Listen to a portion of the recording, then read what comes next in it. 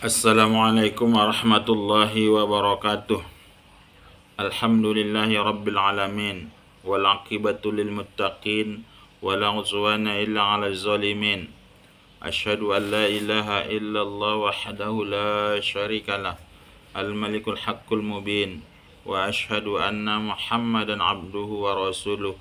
Al mab'utsu lil alamin. Bapak, Ibu, saudara-saudari yang saya hormati, kali ini kita membahas yaitu tentang pembahasan solat sunat mutlak. Solat sunat mutlak ini adalah solat sunat yang tidak mempunyai sebab dan tidak mempunyai waktu, kecuali di waktu-waktu yang diharamkan kita untuk melaksanakan solat. Di antaranya adalah yaitu sewaktu matahari di atas kepala. Maka sewaktu matahari di atas kepala itu diharamkan kita untuk melaksanakan solat sunat mutlak. Dan yang kedua adalah diharamkan lagi pelaksanaan solat sunat mutlak itu setelah asar sampai tenggelamnya matahari. Maka semakin cepat kita di awal waktu melaksanakan solat asar, maka panjanglah waktu haramnya untuk melaksanakan solat sunat mutlak.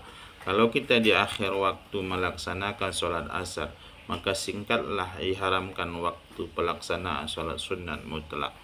Dan yang ketiga adalah waktu yang diharamkan kita untuk melaksanakan solat sunat mutlak, yaitu setelah habis solat subuh, yaitu sampai terbit matahari.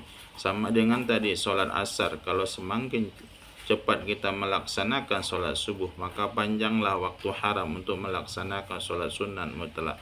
Kalau kita di akhir waktu kita melaksanakan solat subuh, maka juga pendeklah yaitu diharamkannya waktu solat sunat, pelaksanaan solat sunat mutlak. Bapak, Ibu, saudara-saudari yang saya hormati, yang terakhir diharamkan kita melaksanakan solat sunat mutlak itu adalah setelah terbit matahari, setelah habis waktu subuh sampai dia yaitu lebih kurang 16 menit ke depan, yaitu masuknya waktu duha, sebelum masuk waktu duha, itu adalah diharamkan kita untuk melaksanakan solat sunat mutlak.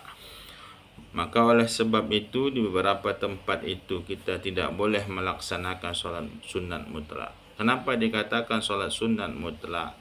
Kenapa? Karena dia tidak ada mengkhususkan niatnya, cukup dengan niat usolli sunnatan raq'ataini ada lillahi ta'ala. Aku sengaja solat sunat 2 rakaat karena Allah Ta'ala. Maka kalau kita melaksanakan solat sunat yang bukan tadi di waktu yang diharamkan itu, maka bolehlah kita melaksanakan solat sunat mutlak. Apakah itu habis maghrib, apakah itu habis isya sampai ke subuh, atau habis solat sunat duha sampai ke waktu tadi yang diharamkan matahari sampai sepenggala, apakah dia itu habis solat zuhur sampai ke waktu asar, maka itu boleh kita melaksanakan solat sunat mutlak. Boleh dilaksanakan 1 rakaat, boleh dilaksanakan 2 rakaat, boleh dilaksanakan berapa rakaat pun mampu kita untuk melaksanakannya. Maka oleh sebab itu, oleh para ulama dulu, daripada waktunya sia-sia, kalau tidak ada solat sunat yang diperintahkan lagi sesuai dengan yang datang dari hadis Rasulullah SAW, nggak ada lagi pelaksanaan solat sebagaimana dianjurkan oleh yang dilakukan oleh para sahabat. Tak ada lagi solat sunat yang dilaksanakan sebagaimana yang dinaskan, yaitu diambil berdasarkan ijtihad. Maka para ulama dulu dia melaksanakan solat sunat mutlak. Apakah dilaksanakannya 1 rakaat, apakah dilaksanakannya 2 rakaat, ataupun dilaksanakannya lebih dari 2 rakaat. Bapak, Ibu, saudara-saudari yang saya hormati, inilah pelaksanaan solat sunat mutlak.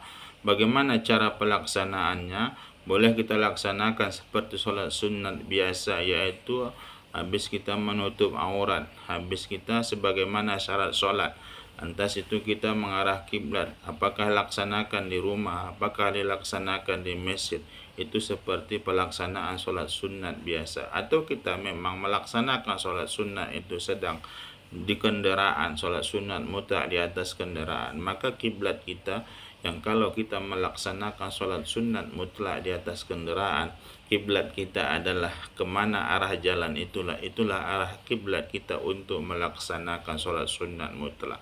Maka kalau orang-orang ulama dulu, daripada dia sia-sia waktunya itu, maka dilaksanakannya, diperbuatnya lah, yaitu pelaksanaan sholat sunat mutlak.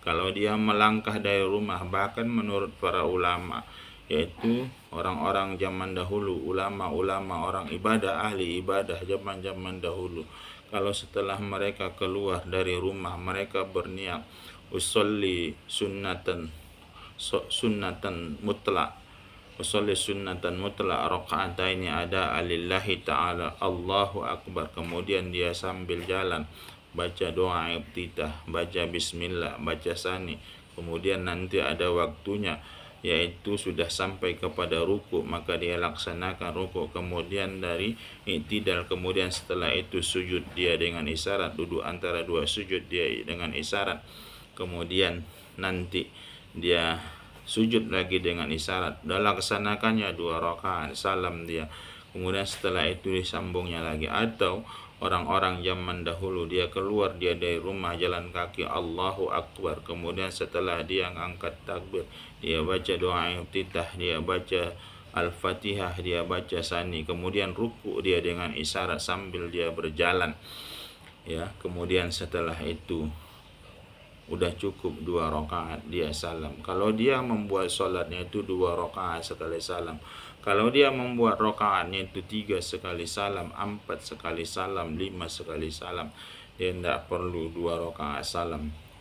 Maka sampai kepada yang diniatkannya itu berapa rakaat, sampai situlah dia salam. Maka oleh para ulama dahulu, yaitu mereka melaksanakan sholat mutlak itu tidak harus dilaksanakan bertempat di rumah, tidak harus melaksanakannya di masjid, bahkan sambil jalan mereka laksanakan sholat sunat mutlak itu. Kenapa? Supaya berjalan mereka itu menjadi ibadah. Apakah mereka di atas kendaraan, apakah mereka sedang membawa kendaraan, mereka laksanakanlah sholat sunat mutlak itu agar ibadah, agar perjalanan mereka juga menjadi ibadah. Bapak, Ibu, saudara-saudari yang saya hormati, itulah sholat sunat mutlak yang tadi saya jelaskan di awal.